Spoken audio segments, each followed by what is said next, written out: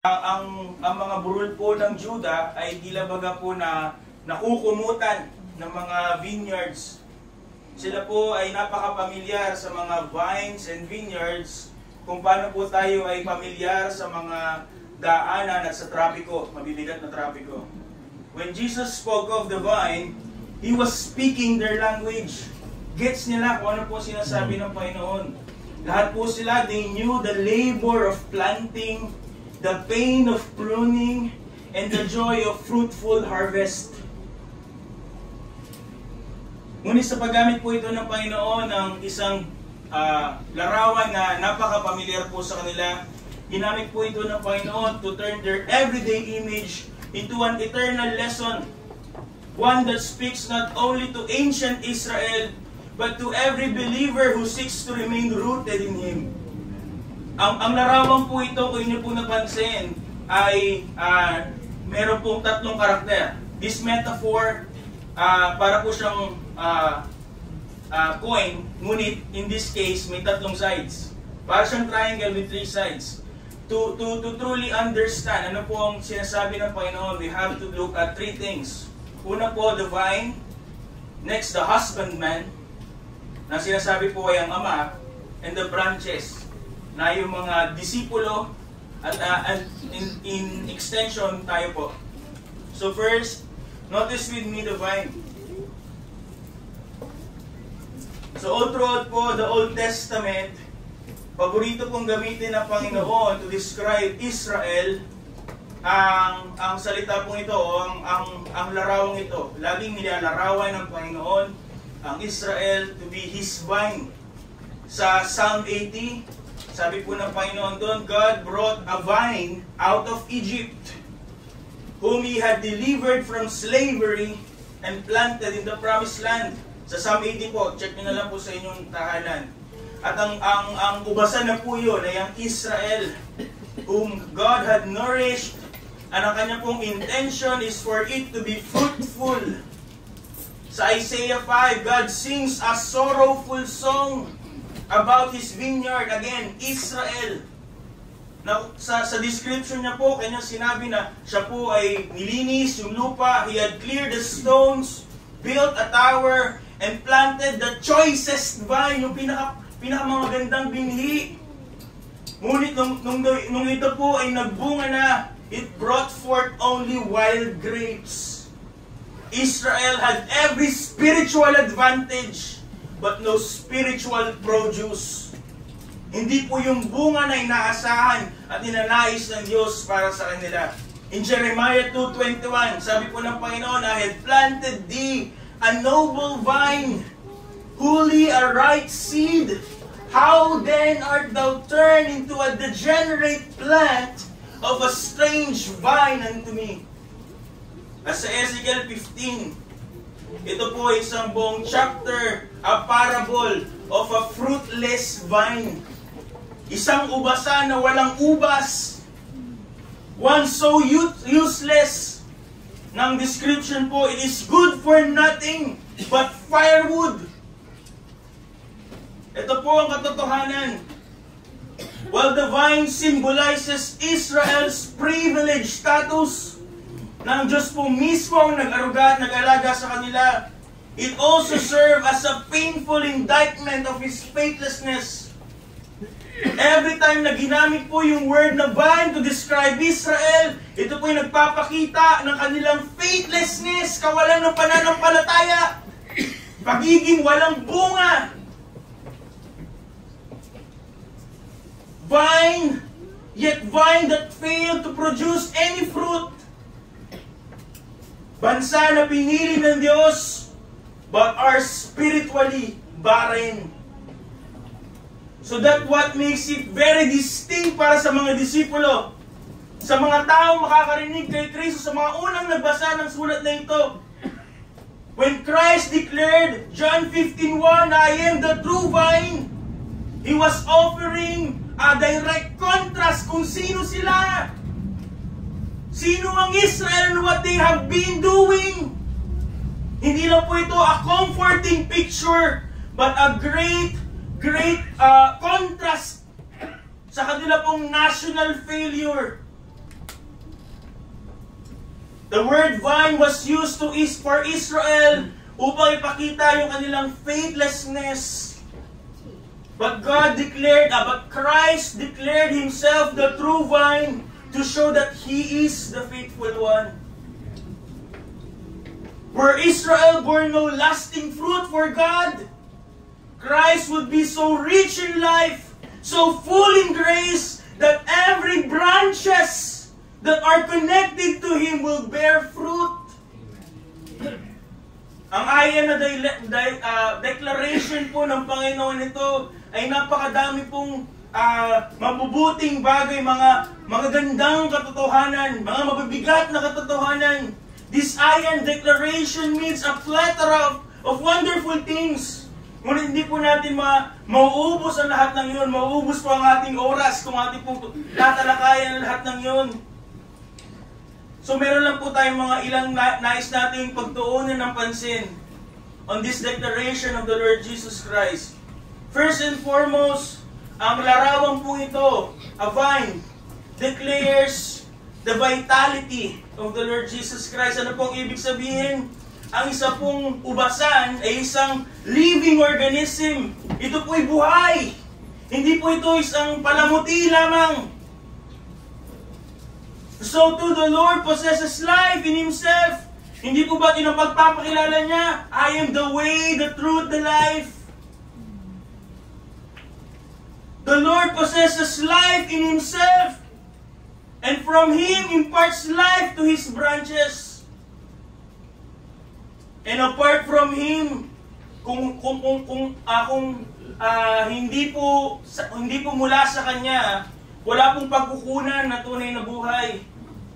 Wala pong spiritual na buhay na pwede po mapagkunan ng sino man kung hindi po mula sa Kanya. What will we have? A hollow existence. But in union with Christ, we receive supernatural, the eternal. We receive spiritual empowerment. We receive a new spirit. We receive a new heart. We receive a spirit-empowered life. Hindi po self-empowerment, but spirit-empowered life that produces real fruit and fuels a dynamic walk with God.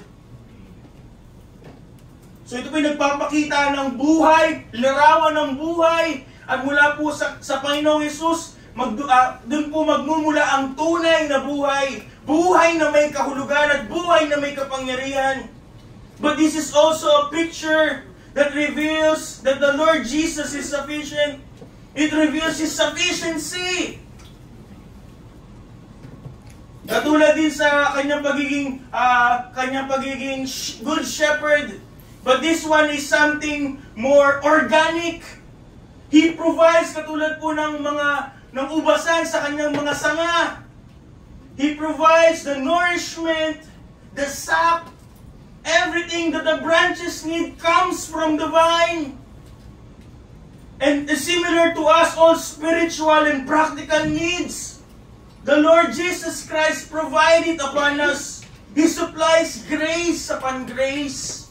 Mercy is new every morning. Pagpapakilala niya po na siya po that He is the true vine. It means, it declares yung abundance, overflowing grace na mula po sa Kanya. Because Jesus Christ is the true vine, at kung tayo po ay tunay na Kanyang branches, it enabled us to endure trials. It enabled us to bear real fruits. At sa pamagitan po nito, tayo po ay tutulungan. Tayo po ay magkakaroon ng kakayahan upang sundin ang Kanya pong kalooban. The Lord as the true vine means believers need no other source of strength or sustenance. Hindi kailangan ng isang sanga na nakadugtong sa puno ng ubas ng iba pong pagkukuhanan ng Kanya pong mga pangangailangan. Everything that it had ever need came from the vine. At gayon din po tayo. Amen. No other source of strength or sustenance. Christ alone is enough. Amen. At yun po sinasabi ng Panginoon sa kanyang pagpapakilala that He is the vine and we are His branches. Hindi lamang po yun. Notice also that He declares exclusivity. Notice the exclusivity of Christ. Ano pong ibig sabihin natin? Hindi niya po sinabi, I am one of the vines. Hindi niya po sinabi, I am a vine. Hindi niya po sinabi na I am one among many vines. Ano po sinabi niya? Hindi lamang po the vine, but He is the true vine. Amen. Tunay.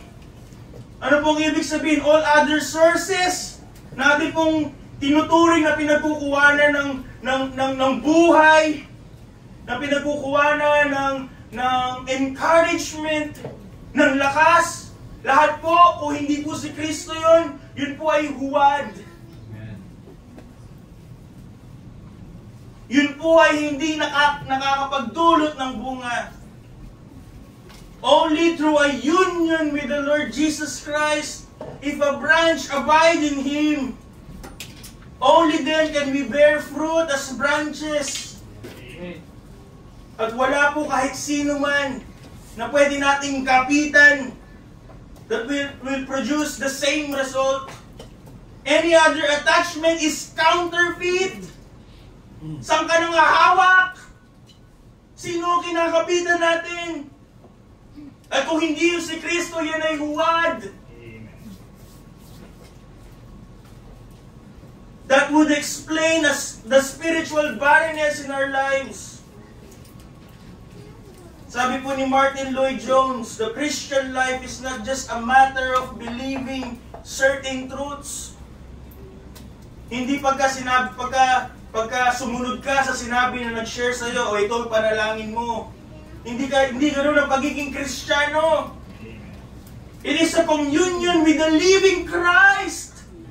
It is a relationship.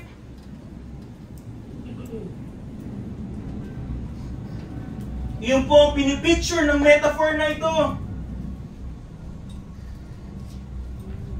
What it speaks of is the intimacy between the branch and the vine, between Christ and the believers. Supposed intimacy with Christ. Ano po sabi niya? We are to abide in Him and He in us. We are to remain close. Ni hangin. Walang papagip, walang higit na sa atin.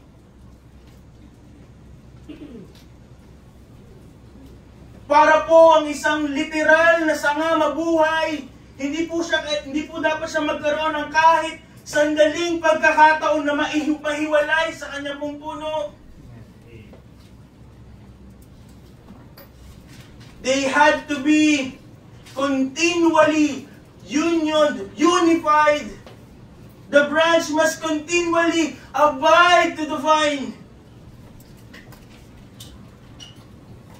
And to abide in Him is to remain close in Him.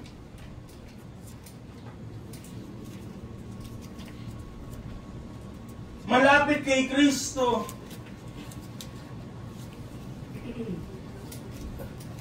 Laging malapit kay Kristo. A life-sustaining fellowship with Him. Hindi lalapit lang tayo kay Kristo pag may kailangan, kapag may gusto.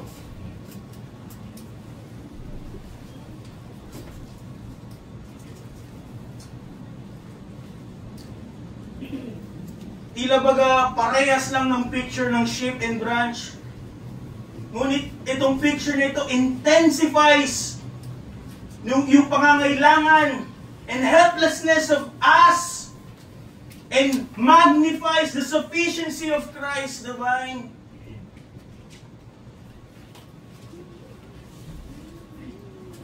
Yung buhay ni Kristo mismo, katulad ng buhay mismo ng puno, ang dumadaloy doon sa mga sanga. Ganon din po dapat sa atin.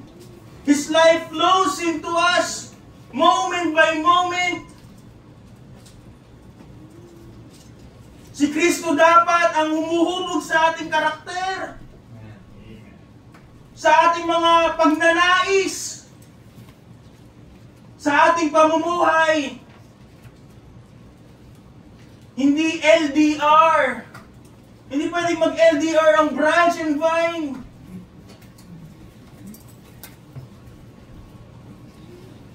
We ought to abide in Him. Ang picture na ito again shows the needed intimacy between the believers in Christ. So we limit yung ating pag-discussion about the vine in those things. Pwede po nakuha, first, binigyan natin doon yung buhay na galing kay Kristo, the vitality of the Lord Jesus Christ being the true vine. We see yung sufficiency of Christ being the only source for the branches. The exclusivity of Christ, na ibig sabihin, hindi lang siya basta puno ng ubas, ngunit siya ang tunay na puno ng ubas. And lastly, the need for intimacy between the believer and Christ.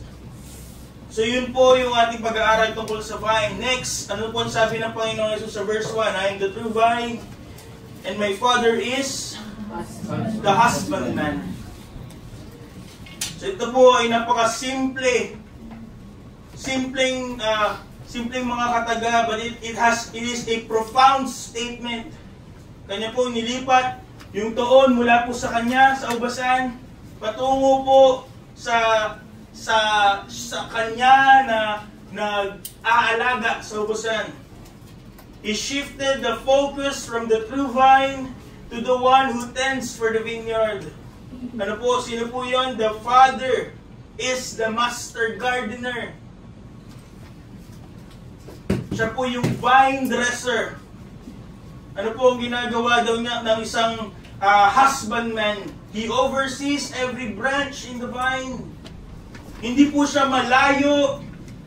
Hindi po siya walang pake sa ubasan.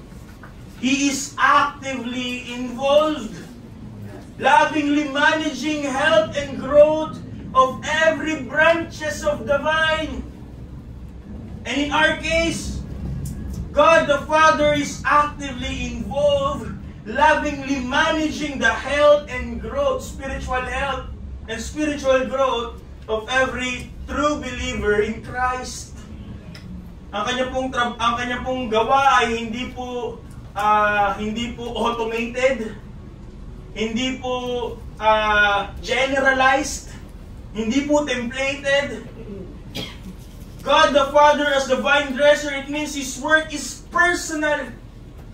His work in our lives is intentional. At hindi po siya tumitigil. He is relentless. So what does the vine dresser do, mga kapatid?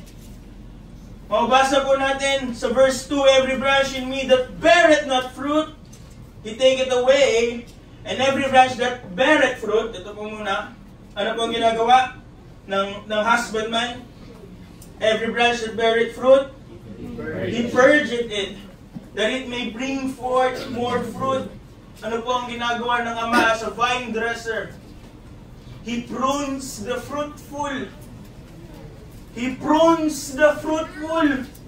Hindi po sinabi, He purgeth the one who doesn't bear fruit. But the one who beareth fruit, He purgeth it, that it may bring forth what? Same amount of fruits. Ano po ang sabi? More fruits. Every branch that beareth fruit, He purgeth it, that it may bring forth more fruit.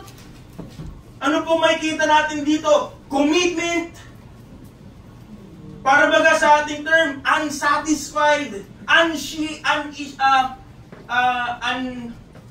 unshated. Hindi parang may gutom na hindi natatanggal. God is committed to making us more fruitful.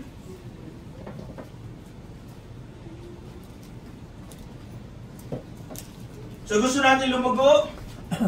Ano po? Gusto natin mas gamitin ng Diyos? Mas magbunga, maging magbunga? Ano pong sabi ng Panginoong Jesus mismo? Prepare for pain. Prepare for purging. Prepare for pruning. The pruning process means cutting away what hinders growth. Hindi kailangan ng Ama ng sanga na napakadaming dahon. What He does, He will cut away, babawasan. Ano po ang tinatanggal ng Panginoon sa atin in the pruning process?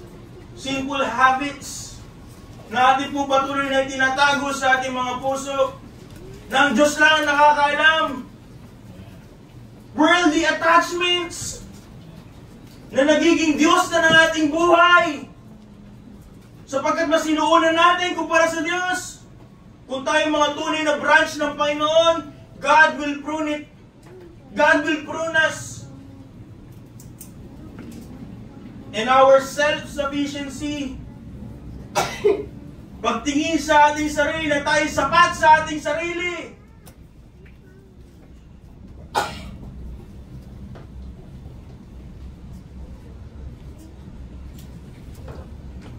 The very problem of this world, bakit hindi nila tatanggapin si Kristo? Because they think they are self-sufficient and that they have no need of Christ. And even branches po are susceptible to these things. But thank God, hindi po yun mananatili sa atin. Because we have a vine dresser who actively purges us even in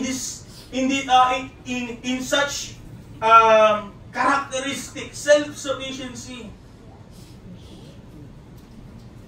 Sabi po ni Charles Spurgeon, the knife is sharp.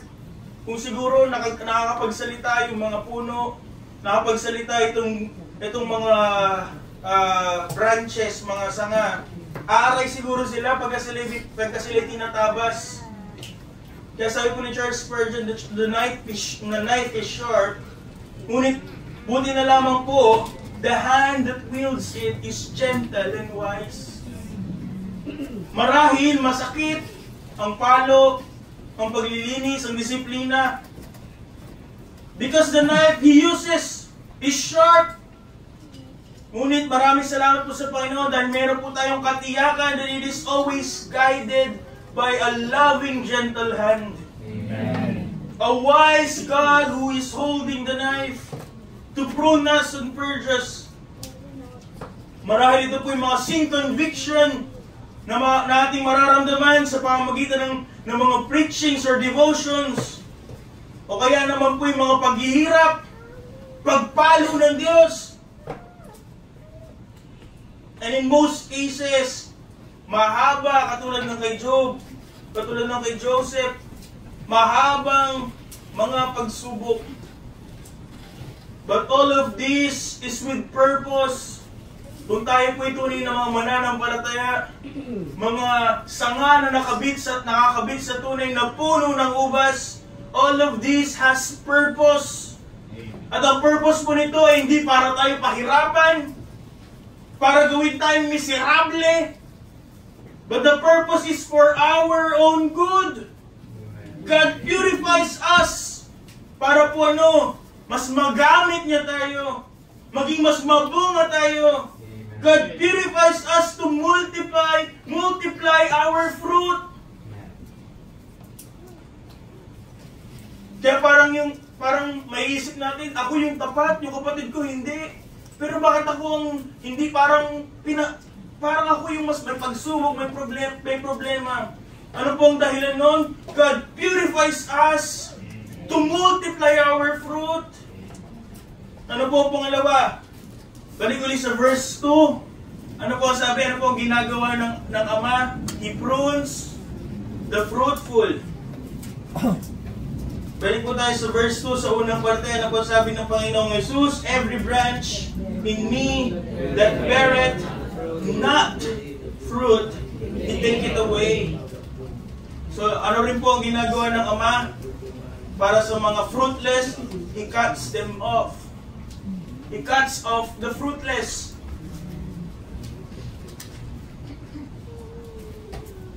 Ito po yung mga dead branches. Marahil they are superficially attached lamang po sa vine. Mga sanga na mukhang totoo, mukhang buhay, mukhang magbubunga, but they're dead. They don't really belong to the vine. Ano lamang po, malapit lang kasi sila. O because of, maybe ito po yung mga tao that follows tradition, o marahil kahit mga tao that are involved in ministries. Ngunit ano po ang sabi? Sila po ay hindi nagbubunga. Marahil mga matatagal na sa iglesia, ngunit hindi nagbubunga. Ano po ang ginagawa ng Ama? He cuts them off of the vine. Sila po yung mga katulad ni Judas, who have been with Christ for 3 years, but shows no evidence of divine life. Walang pagbabago sa buhay. And in God's time, ang Diyos Ama po, siya mismo ang magtatanggal ng mga ito. Hindi po natin sinasabi ng mga mananampalataya na nawalan ng kaligtasan, but rather simula pa lamang ay hindi naligtas. These are not true believers. They are just false professors who had never accepted Christ truly. Mga huwad ng mga kapatid, huwad ng mga branches. At ano po ang end nila? Their end is judgment. So verse 6, men gather them. If a man abide not in me, he is cast forth as a branch, and is withered, and men gather them, and cast them into the fire, and they are burnt. Katulad ng paalala, katulad po ng panawagan kanina umaga, ito po ay muling panawagan sa lahat na nagsasabi na tumanggap kay Kristo. I call for every professing Christian to examine whether are they truly in Christ or simply near Him. Sapagkat darating po ang araw, marahil ang iglesia ay maluloko, ang pastor pwedeng maloko, ngunit ang Diyos Ama po ay hindi. Alam niya kung sino po ang hindi tunay na ligtas. At sa kanyang panahong ukol, kanya po itong isisiwalat at tatanggalin mula po sa true vine. So what we see here, the work of the Father, the twofold work of the Father, it is to prune and to purge. Kung tayo po ay na kay Kristo at tayo po ay nagbubunga, therefore expect pruning. It may be painful, ngunit yung pruning po ng Diyos is a proof that you are His, that you are attached to the true vine. And if there is no fruit, hindi po ito panawagan to try harder. Ito po ay panawagang lumuhod at tumakbo kay Kristo. Manampalatayang tunay kay Kristo.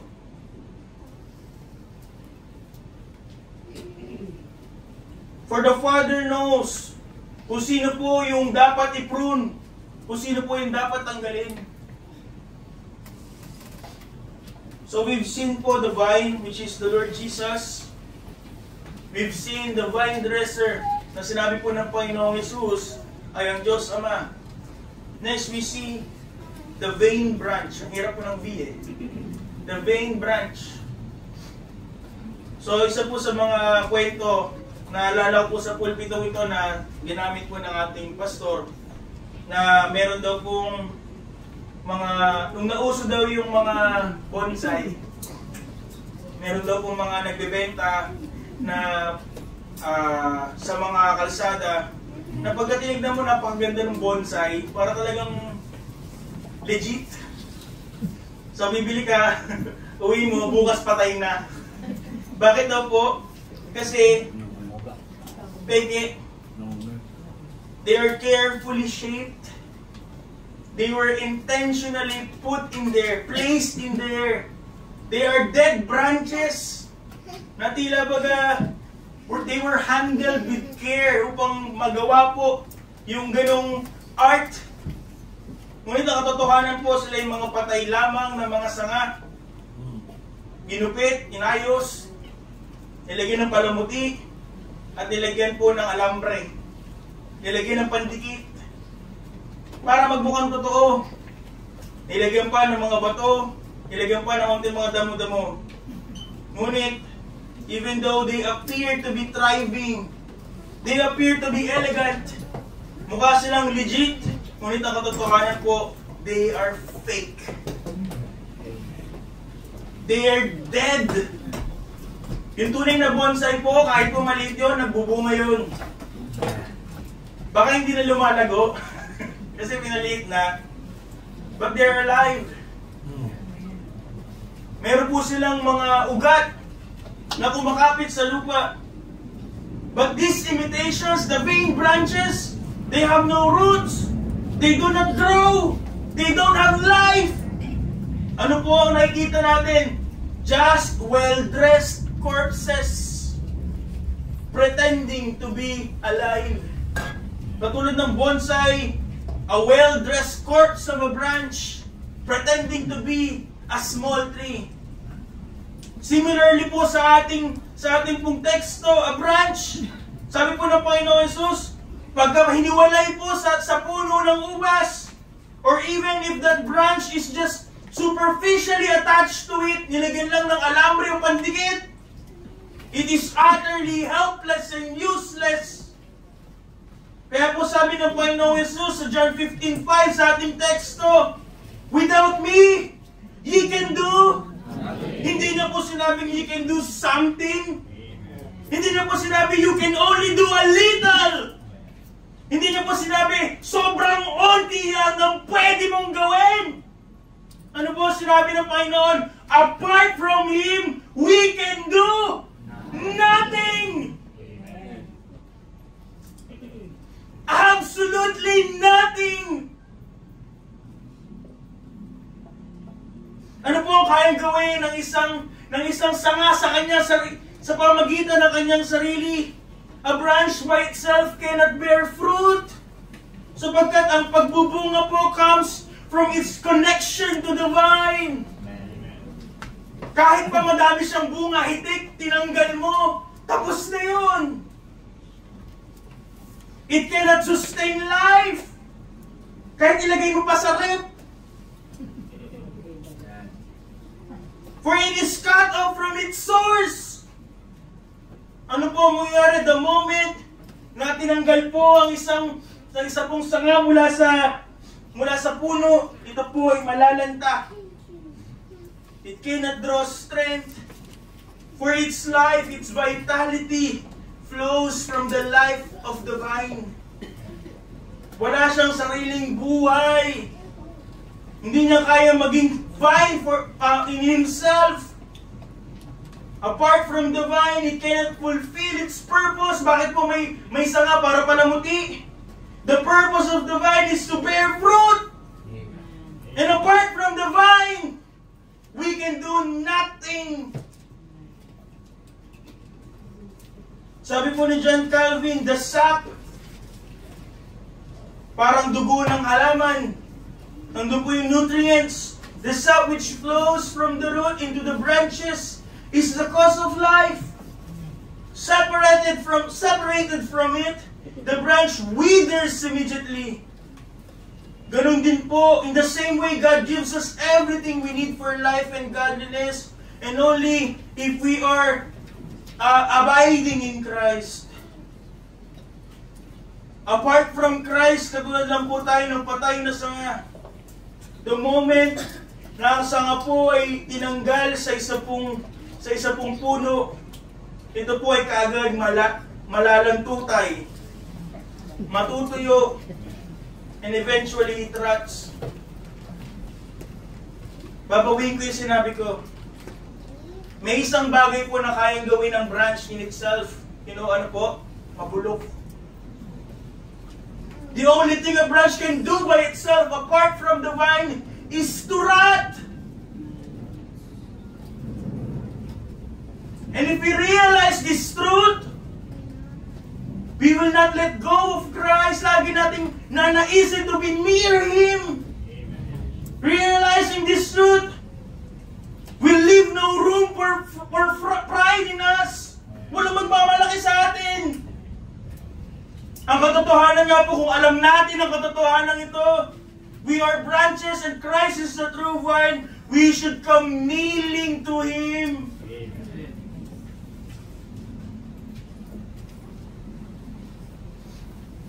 So for the last point, nakita po natin the vine dresser, the vine branch, and let's see the vine branch. So finally we come to the inevitable question, what does it mean to be a true branch that abides in the true vine? Ano ang kaibahan ng sanga na nakakonekta sa tunay na puno ng ubas kumpara sa sanga na hindi? The Lord Jesus does not leave us to guess.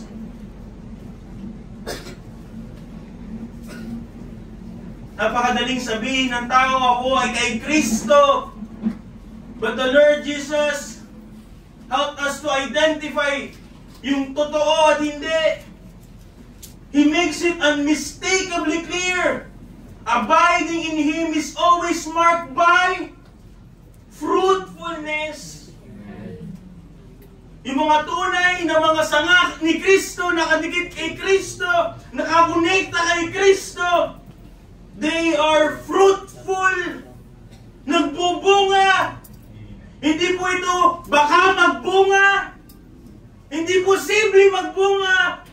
But certainly, the branches that are connected to the true vine will bear fruit. Amen.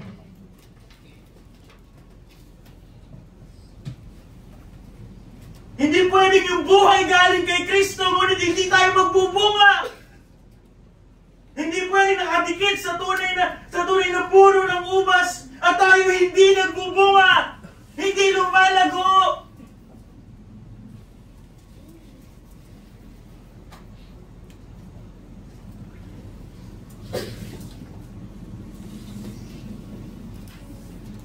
At pagka pinag-uusapan po natin yung bunga, katulad po nabanggit kanina ni Preacher Team, hindi ko team, sorry. Meron pong dalawa, production and reproduction.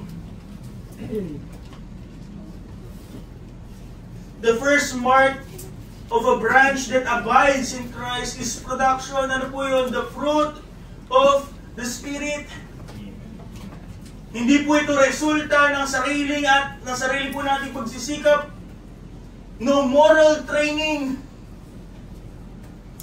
no religious behavior can help us earn it.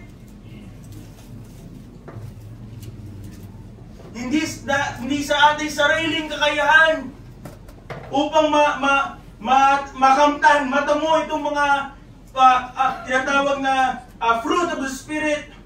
It is the supernatural overflow of Christ's life in us. Sapagkat tayo nakakonekta kay Kristo at yung buhay natin ay si Kristo. It overflows in us. And we cannot help but to show the fruit of the Spirit. Binigyan po tayo ng listahan ni Apostol Pablo in Galatians 5:22-23. Love, joy, peace, long-suffering, gentleness, goodness, faith, meekness, temperance.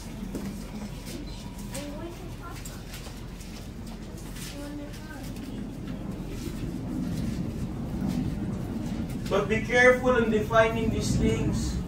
Hindi po ito love that you want, love that you desire. peace that you look for. Because ito po ay galing sa Espiritu. These are spiritual. These are things na defined by God Himself. Hindi po define na kung anong gusto mong pag-ibig, gusto mong ligaya, gusto mong kapayapaan. And this fruit, they are not optional. They are not accessories palamuti sa mga Kristiyano. They are not accessories to the branches. They are proof that they are true branches of Christ.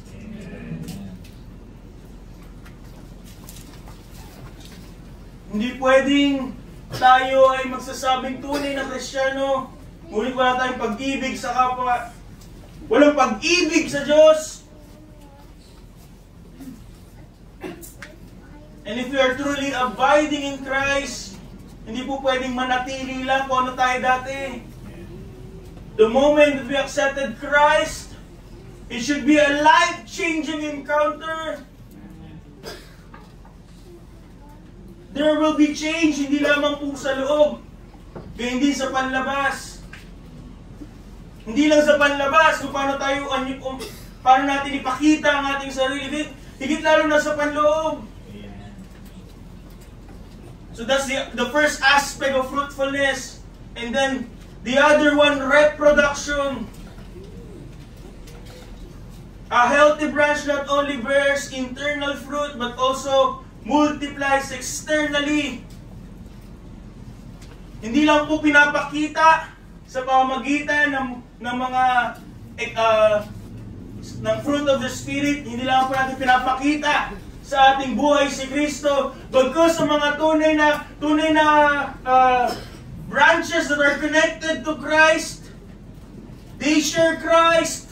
Amen. They do not only show Christ, but they truly share Christ. Amen. The one who abides in Christ cannot keep quiet. Amen.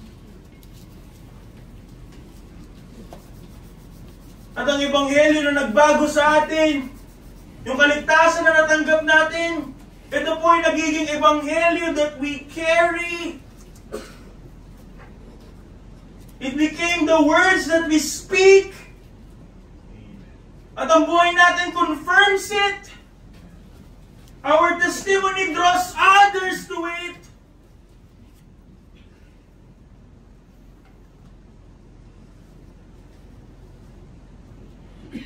Pinakita ni Apostol Pablo the same desire, the same proof. Sabi niya po sa Romans 1:13, to have some fruit among the Romans. He longed for souls. He longed for people who would come to faith through the gospel he preached.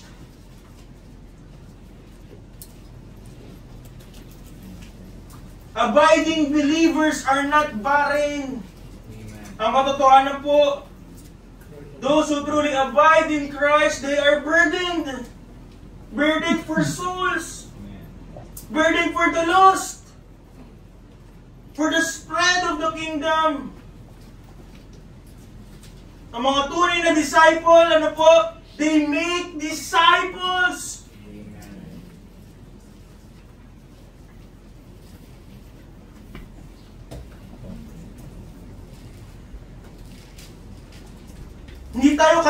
Hindi ito casual gathering. We are not acquaintances. We are branches, part of the true vine. Kaya hindi mo dapat ikakagalit if someone disciplines you. Because true disciples make disciples. Bakit po? It is a burden for souls. Kung yung mga kuya, kung mga ate, tito, tita, walang paki sa inyo, di hahayaan lang kayo. But they care for your soul. Mahal talaga nila kayo. Yung mga kaibigan nyo na hinahayaan kayo, pag kayo napariwaraw, iiwan kayo. But those who tell you hurtful things, not just to hurt you, but to correct you, They are those who are trying to follow kung ano po yung nais ng Diyos for them. To make disciples, to bear fruit through reproduction. True branches are connected to the vine. At kung sila po ay tunay na konekta sa tunay na puno ng ubas, sila po ay nagiging daluyan ng biyaya sa iba. Amen.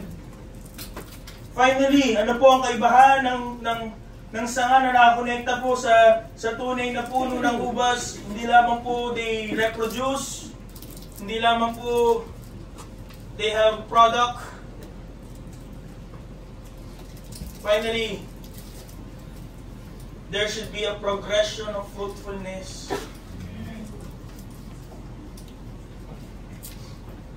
Sabi po sa verse 2 ng Panginoon Jesus, every branch in me that beareth not fruit, He taketh away, and every branch that beareth fruit,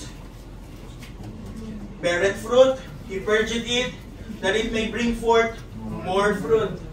Sa verse 5 po, basahin niyo po. Ye are the branches, he that abideth in me, and I in him, the same bringeth forth much fruit. Much fruit. For without me, ye can do nothing. And so verse 16. Ye have not chosen me, but I have chosen you, and ordained you, that ye should go and bring forth fruit, and that their fruit should remain, that whatsoever ye shall ask of the Father in my name, He may give it to you. Hindi lamang po to bear fruit, to bear more fruit, to bear much fruit, but to bear fruit that will remain. Amen. Hindi yung ang tagal-tagal na nating Kristiyano. Genesis 1:1 pa rin ang alam nating verse, memory verse. Walang kalaguan na nakikita sa ating buhay. Matanda na tayo pang nag-aasal bata.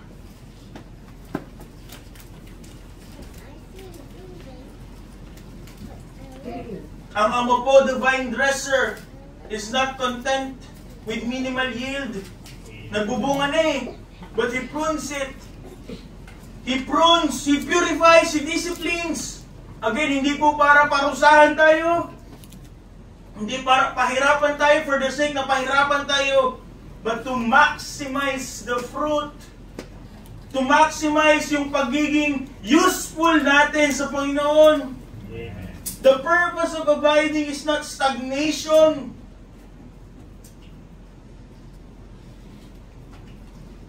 Baka nga yung iba hindi lang stagnant eh. Nagde-devolve pa. Hindi progress, umahatras. Yung mga dati, may mga ministries na binibitawan pa. Ano po ang nais ng Ama para sa atin? Progression. From fruit to more fruit to much fruit until we bear fruit that remains.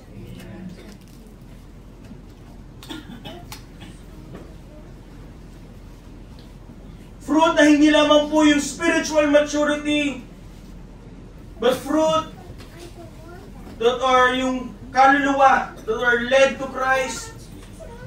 Kaluluwa that you have discipled. You help to nurture.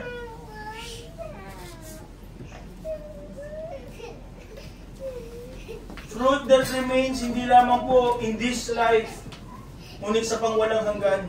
Amen. Sa ating po pagtatapos, hear the words of the Lord in verse 8. John 15 verse 8. Herein is thy Father glorified, that ye bear much fruit, so that ye be my disciples. Let that sink in. Ang Diyos po ay hindi naluluwalhati sa mga maraming dahon, malabong halaman. He is not glorified by outward appearances. He is not glorified by religious routines, not by church attendance. Paano pa kung hindi ka na-attend? Not by well-spoken phrases. Hindi sa mga galing na preachings. Hindi sa mga activities sa ministries. Ano po ang nakakaluwalhati sa Ama? What He desires? The Father is glorified by fruit. Hindi po ito invisible fruits, but fruits that are visible, fruits that are lasting, fruits that are spiritual. And He desires more fruit, much fruit, and fruit that endures. Sa ating po pagtatapos, we have to ask each and every one of us, tayo po ba talaga ay na kay Kristo? Are we truly branches connected to the true vine? Am I abiding in the true vine? And how do you answer that? Am I bearing fruit? O katulad ng marami, mere outwardly attached, parang bonsai, nakakala mo'y tunay, ngunit peke, patay.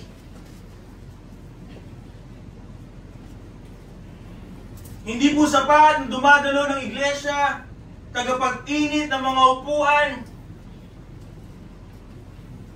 Hindi po sapat that we are parts of programs if we are dry and dead within. Hindi po sapat yung mukhang konektado.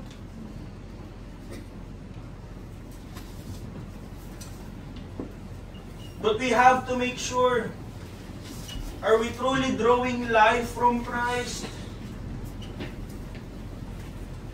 Tayo po ba ay kabilang sa mga sanga na buhay? Sapagkat tunay na akonekta sa source of life? Or are we among those that will wither at iipunin para sunugin? Ito po dapat ay nakakagising na katotohanan. A branch. Ang isa pong sanga cannot live without the vine. And also the vine dresser does not preserve dead branches. Ngunit ito po ang isang maluwalhating pangako. If we abide in Christ, His strength will uphold us. His desires will shape us. And His life will flow through us. Abide in me, sabi po ng Panginoon. Hindi niya po sinasabi ito to be an occasional thing, to be a seasonal thing, but it should be continually, katulad ng isang sanga sa buhay na puno. It should be personally, it should be intimately. May we be found abiding when He returns. Hindi po nabubulok. Hindi po nakatalaga sa pagtanggal at pagtapon sa apoy. May we be found rooted, fruitful, and faithful. May we be rooted, faithful, and fruitful branches of the true vine. Mga kapatid, tayo po yung mga sanga. Sanga po, nakakonekta sa tunay na puno ng ubas sa Panginoong Jesus. Are we living up to our name? Ito po ang salita ng Diyos. Amen. Inanyayahan ko po kayo na magsitayo.